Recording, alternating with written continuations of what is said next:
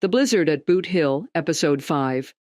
Boot Hill wasn't much more than a patch of rugged desert outside a tiny town in New Mexico, but it had a charm I couldn't resist.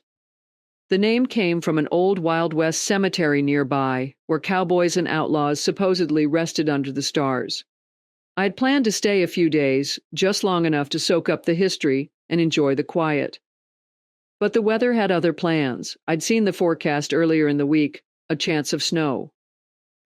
Chance, I thought, shrugging it off. It was mid-November, and the desert didn't exactly scream blizzards to me.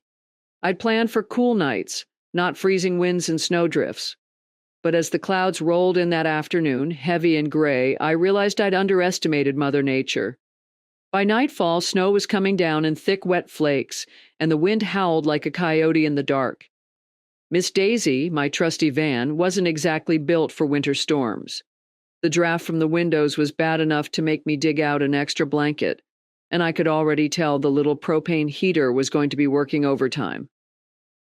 Sadie, bless her heart, seemed perfectly content, curled up on my lap, but I wasn't so sure we'd be cozy for long.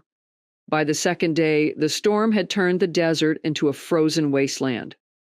My solar panels were buried under snow, and the heater was guzzling propane faster than I liked. Worst of all, the dirt road leading out of Boot Hill was now a slick, icy mess. I wasn't the only one caught in the storm. Down the way, a young couple in a converted van were stuck too. We'd waved to each other when they arrived a day before, but I hadn't spoken to them yet.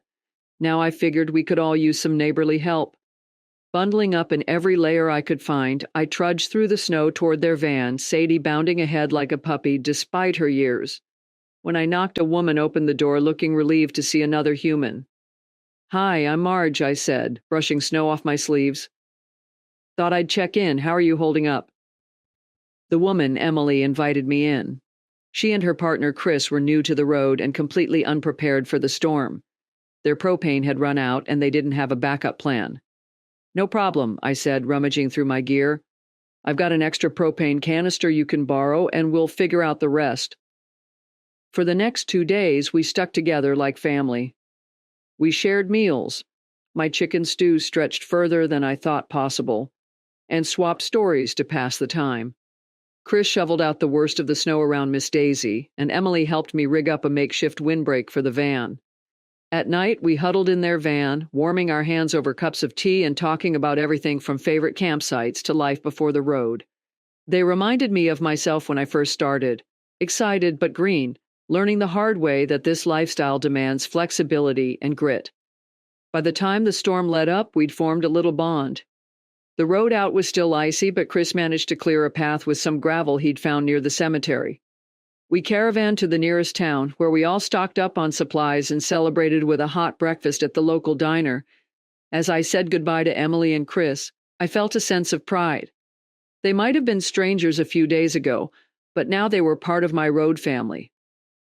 Driving away, I looked at Sadie in the passenger seat.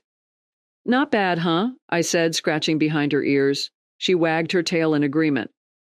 Life on the road isn't always easy, but even in a blizzard, there's warmth to be found, in a shared meal, a helping hand, or the laughter of new friends.